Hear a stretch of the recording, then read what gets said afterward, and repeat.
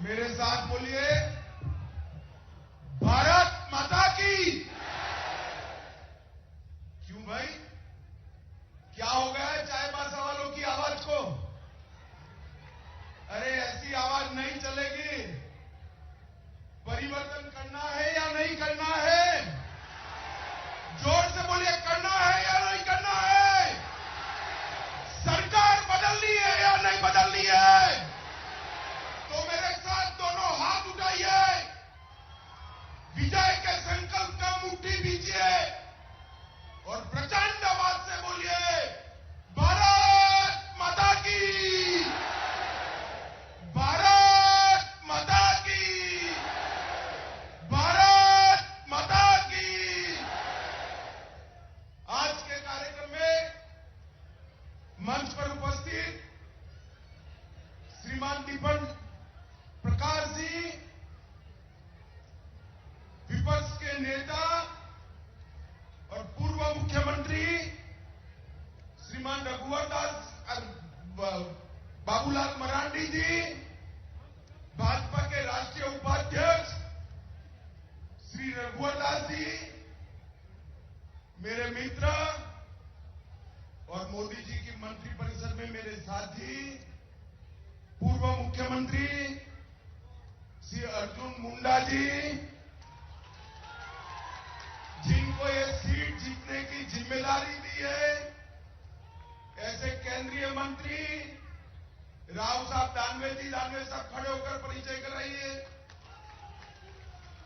हमारे भाजपा के प्रभारी पूर्व उत्तर प्रदेश के भारतीय जनता पार्टी के अध्यक्ष, जिनके नेतृत्व में उत्तर प्रदेश में परिवर्तन आया, ऐसे श्री लक्ष्मीकांत जी खड़े होइए, लक्ष्मीकांत वाजपेयी जी, भाजपा की राष्ट्रीय मंत्री बहन आशा लाकड़ा जी, श्री हरेश त्रिवेदी जी, मंचों पर उपस्थित भारतीय जनता पार्टी का सांसदगण, विधायकगण, प्रदेश पदाधिकारी और आज इतनी बड़ी संख्या में आए हुए सिंहभूम क्षेत्र के और चाईबासा के प्यारे भाइयों, बहनों, माताओं और मेरे जिगर के टुकड़े जैसे युवा मित्रों, आप सभी को जोहार,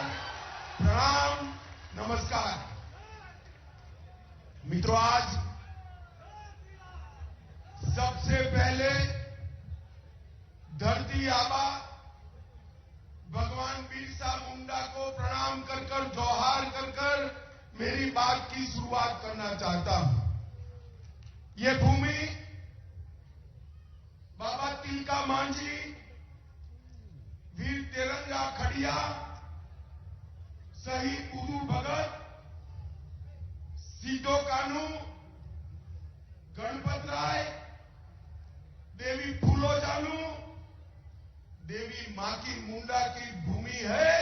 ये सभी वीर आदिवासी ट्राइबल नेताओं को, जिन्होंने अपने जान इस देश के लिए समर्पित किए, इस सभी को प्रणाम कर मेरी बात की शुरुआत करना चाहता हूं। मित्रों, कोल्हान का क्षेत्र अनेक आंदोलनों का क्षेत्र रहा है। यहां अपने अधिकार का संघर्ष, अधिकार की मांग बहुत पुरानी रही है और ये क्षेत्र हमेशा देश की आजादी के लिए भी अग्रसर रहा है। अभी सन 57 की क्रांति का बिगुल फूका भी नहीं था, तब 19 नवंबर 1837 में सिरंसिया घाटी में 400 अंग्रेजों की टुकड़ी को पोटाहो के नेतृत्व में यहां पर बड़ी लड़ाई लड़कर उसका सामना किया गया। मगर बाद में जनवरी 38 में धोखे से अंग्रेजों ने पोटाहो, नारा हो, बुढ़ाई हो, उनको पकड़ा और फिर फांसी पे चढ़ाया। इसके बाद पोटाहो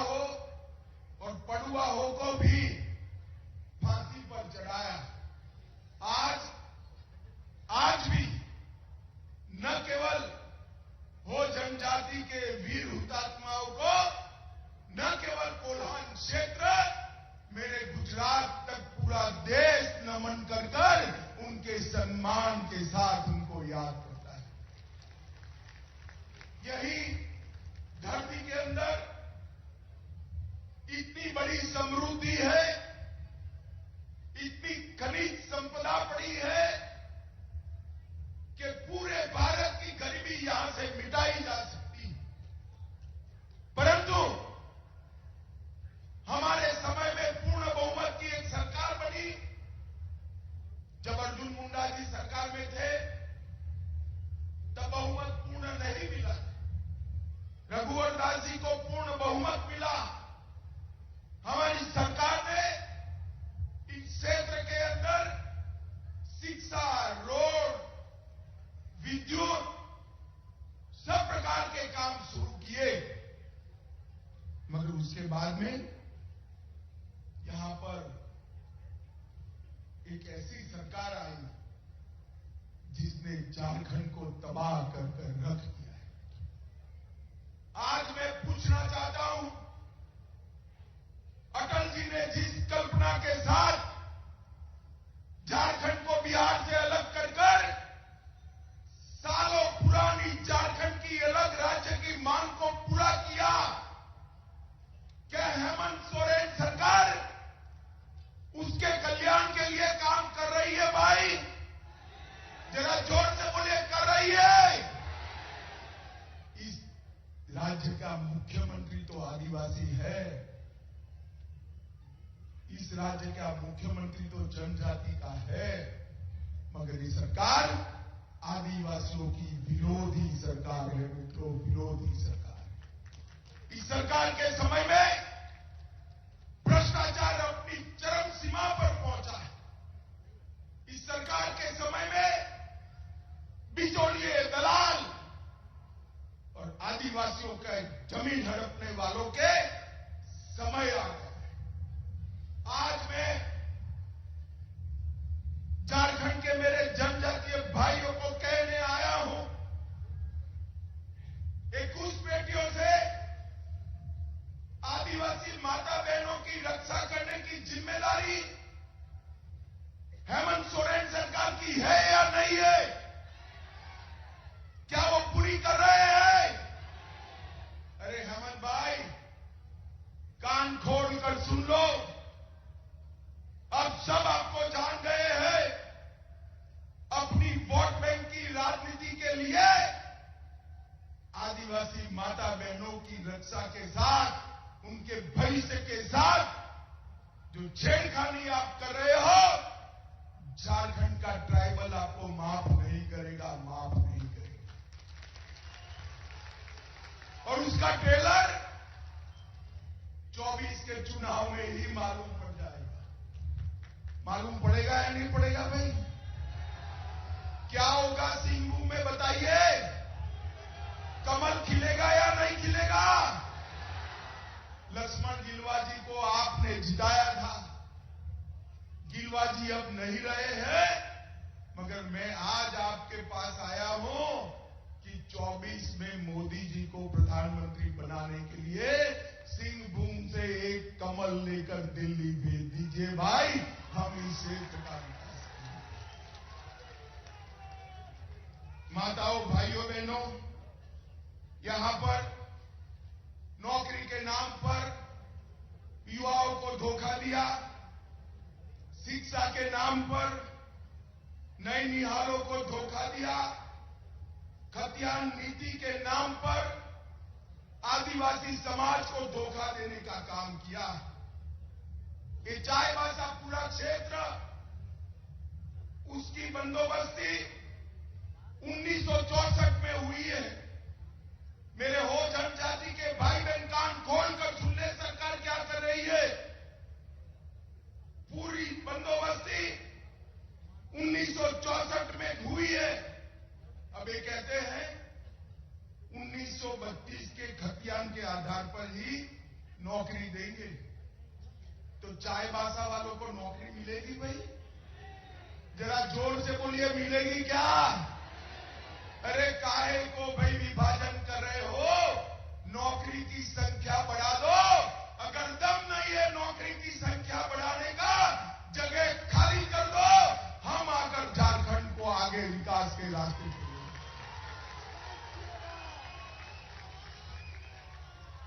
आदिवासी, नॉन आदिवासी, पिछड़ा और आदिवासी, ये क्या लगा रखा है?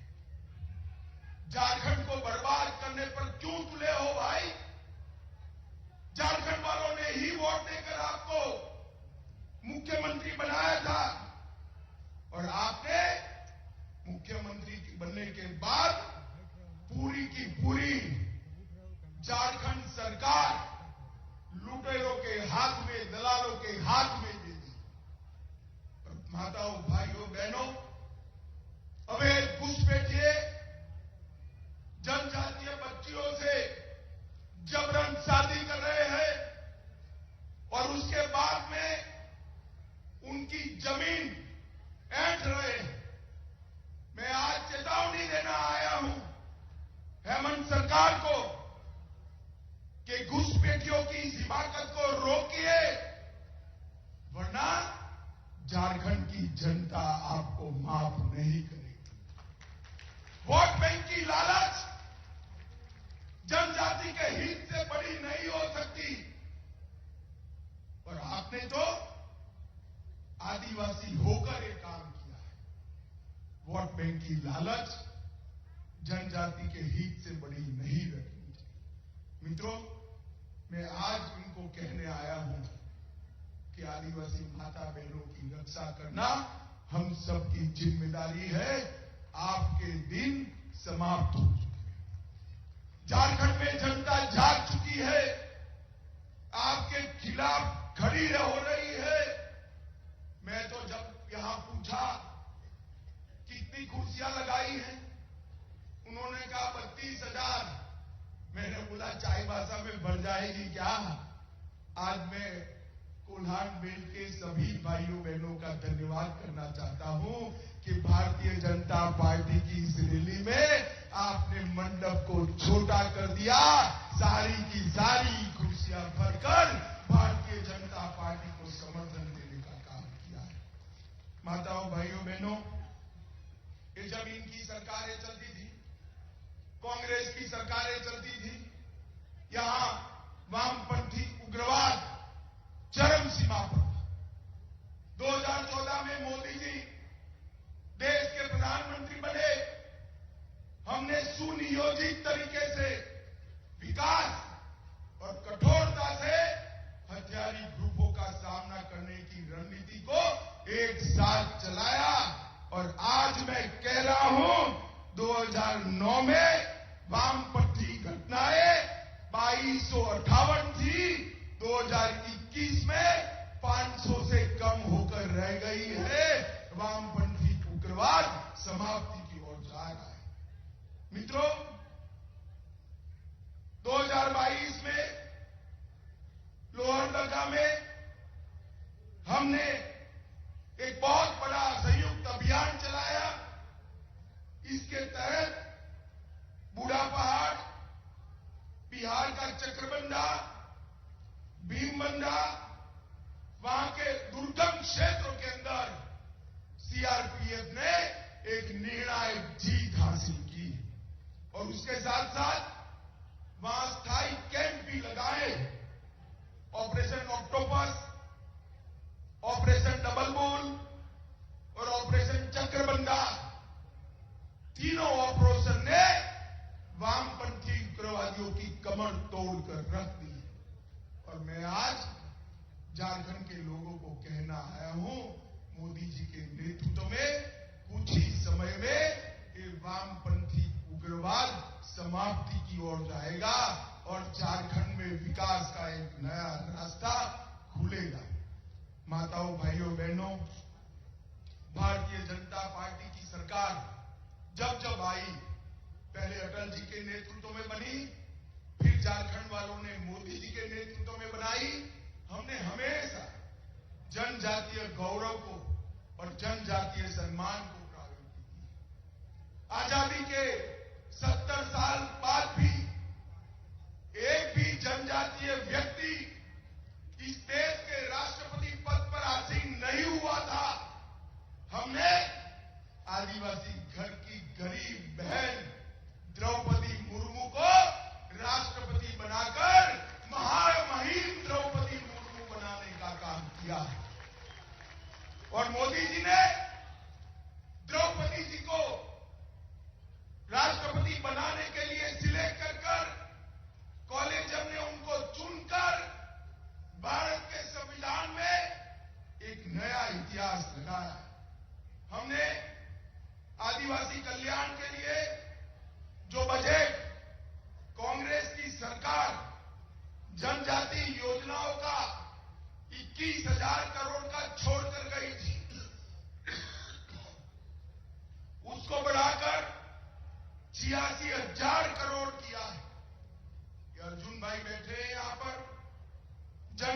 क्षेत्रों में, आवास के क्षेत्र में 3 गुना वृद्धि हुई है। 1,30,00,000 आदिवासी भाइयों बहनों के घर में पीने का पानी पहुंचाया है। 1,45,00,000 घरों में शौचालय बनाए गए हैं। 3 करोड़ से ज्यादा जनजातीय किसानों को मोदी जी प्रति वर्ष 6,000 रुपया डीबीटी के माध्यम से भेजते हैं। और आदिवासी एकलव्य आवासीय विद्यालय एक कांग्रेस सरकार 167 छोड़कर गई थी। आज नरेंद्र मोदी जी ने 167 से 680 तक की बढ़ोतरी आदिवासी एकलव्य विद्यालय। यही बताता है कि भारतीय जनता पार्टी का जनजातीय कल्याण के लिए कमिटमेंट क्या है। 15 नवंबर को भगवान बिरसा मुंडा की जयंती के दिन पूरा देश अब आदिवासी जनजातीय गौरव दिन के रूप में मना रहा है। और जब तक हमारा लोकतंत्र रहेगा, भगवान बिरसा मुंडा को न केवल जनजातीय भाई बहन, पूरा देश सम्मान के साथ 15 नवंबर को याद करे। इस प्रकार की व्यवस्था नरेंद्र मोदी जी ने की है। आज मैं चाईबासा के क्षेत्र के लिए अपना एक दुख लेकर आया हूं। प्रधानमंत्री मोदी जी ने खदानों के क्षेत्र में और विशेषकर आदिवासी भाइयों बहनों के लिए डिस्ट्रिक्ट मिनरल फंड बनाया था।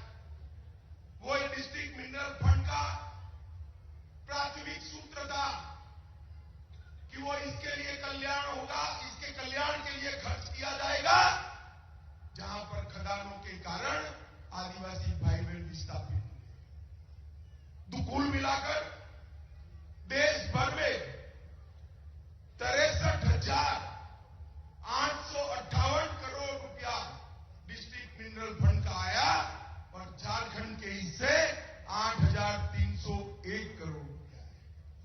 रघुवर सरकार थी तब तक तो सब कुछ ठीक चला, मगर जैसे ही हेमंत सरकार आई, उसने डिस्ट्रिक्ट मिनरल फंड के सारे नॉर्म्स बदलकर यहां पर उन्होंने इसमें एमपी, एमएलए, डीएमएफटी फंड में मनमानी योजना बनाकर खर्च किया और वहां पर लूट खसोट करने का कार्यक्रम करा है। मुझे बताए चाईबासा वाले, मोदी जी ने जो फंड आदिवासियों के लिए भेजा है, ट्राइबल के लिए भेजा है, जनजातीय भाइयों बहनों के लिए भेजा है, ये इनकी लूट खसोट के लिए हो सकता है क्या? जरा जोर से बोलिए, हो सकता है क्या? आप इसके साथ सहमत हो क्या? अरे हेमंत जी, चाईबासा की आवाज सुन लो।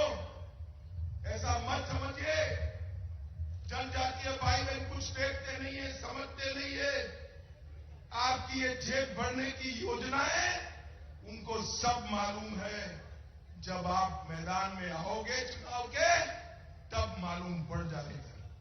माताओं, भाइयों, बहनों, इस क्षेत्र के अंदर घुसपैठ के माध्यम से, शादियों के माध्यम से जमीन हड़पाने का जो प्रयास चल रहा है, भारतीय जनता पार्टी इसकी घोर निंदा करती है और अब इसके खिलाफ संघर्ष भी करेंगे।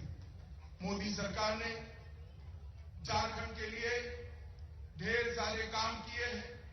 आयुष्मान भारत योजना 90 लाख से ज्यादा लाभार्थी, प्रधानमंत्री आवास योजना 14 लाख से ज्यादा लाभार्थी, किसान सम्मान 27 लाख से ज्यादा लाभार्थी, फसल बीमा योजना 44 लाख से ज्यादा लाभार्थी, उज्ज्वला योजना 33 लाख माताओं बहनों को गैस देने का काम किया, 40 लाख शौचालय देने का काम स्वच्छ भारत अभियान के तहत किया। बाबा की नगरी देवघर में एम्स का निर्माण शुरू किया। देवघर, जमशेदपुर, दुमका और बोकारो में एयरपोर्ट का निर्माण शुरू हुआ। इसके साथ साथ टाटा के डालभूमगढ़ में भी एयरपोर्ट बन रहा है। पतरातू में पावर प्लांट का निर्माण किया। रांची में कैंसर अस्पताल का निर्माण किया। हजारीबाग, पलामू और दुमका में मेडिकल कॉलेज बनाए। चाईबासा और कोडरमा में बन रहे हैं। भाई मैं तो लंबी सूची आपको बताया। हेमंत भाई, एक बार आपने क्या किया वो जरा हमारे झारखंड के लोगों को बता देना। ऐसा मत मानिए भाई कि उसने कुछ नहीं किया है। उन्होंने भ्रष्टाचार किया है। उन्होंने आदिवासी जमीन घुसपैठियों को देने का काम किया है। उन्होंने जनजातीय महिलाओं के अधिकार का रक्षण करने की जगह अपनी वोट बैंक की राजनीति करना तय किया है। माताओं, भाइयों, बहनों, आज मैं यहां आया था। चाईबासा के लोगों का मूड मैंने देखा है। मुझे पक्का भरोसा है कि 24 में सिंहभूम सीट भारतीय जनता पार्टी प्रचंड बहुमत के साथ जीती। मोदी जी ने इस देश के गरीबों का कल्याण किया। कोविड के सामने सुरक्षा दी। कोविड से जिन लोगों का नुकसान हुआ था, 2.25 साल तक फ्री ऑफ कॉस्ट अनाज देने का काम किया। देश को सुरक्षित किया। देश का सम्मान दुनिया में बढ़ाने का काम किया। और झारखंड सरकार ने केवल और केवल भ्रष्टाचार करने का काम किया। मुझे बाबूलाल जी ने कहा सरकार बदल दो। बाबूलाल जी, लोकतंत्र है, सरकार मैं नहीं बदल सकता, मगर मैं इतना जरूर कहता हूं कि इस बार जो परिणाम आने वाले हैं, झारखंड की सरकार निश्चित रूप से परिवर्तन करने जा रही है। झारखंड की जनता परिवर्तन करेगी। मुझे बताइए, आप लोग परिवर्तन चाहते हैं या नहीं चाहते हैं? जोर से अंत तक बोलिए।